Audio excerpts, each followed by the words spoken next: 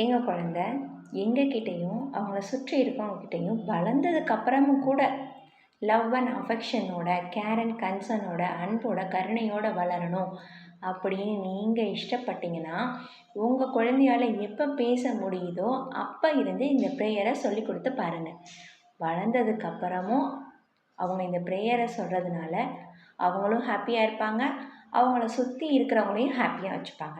அது என்ன ப்ரேயர் அப்படின்னு நீங்கள் கேட்டிங்கன்னா, கவனிங்க, கற்றுக்கோங்க, உங்கள் குழந்தைங்களுக்கும் சொல்லிக் கொடுங்க.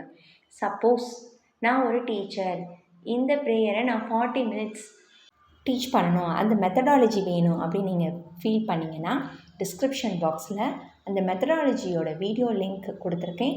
அதை நீங்கள் கிளிக் பண்ணிங்கன்னா அதை எப்படி நீங்கள் 40 மினிட்ஸ்க்கு எலாபரேட்டடாக ஒரு இன்ஸ்பெக்ஷனோ ஒரு அப்சர்வேஷன் கிளாஸ்க்கு வரும்போது எடுக்கலாம் அப்படின்றத நீங்கள் கற்றுக்கிட்டு உங்கள் குழந்தைங்களுக்கு சொல்லிக் கொடுத்து உங்கள் குழந்தைங்களையும் இன்ஸ்பயர் பண்ணலாம்.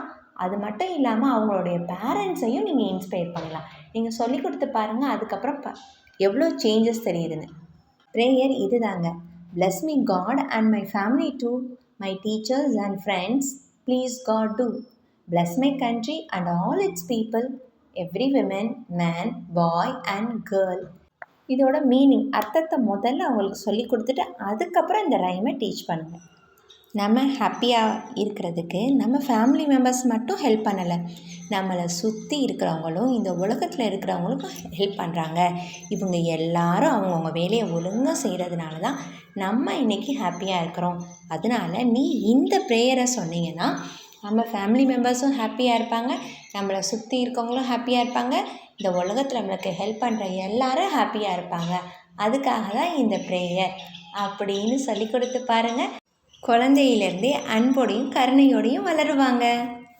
இப்படி வளர்கிற குழந்தைங்களால தானேங்க வீட்டில் இருக்கிறவங்களும் ஹாப்பியாக இருக்க முடியும், இந்த உலகத்தில் இருக்கிறவங்களுக்கும் ஹாப்பியாக இருக்க முடியும்.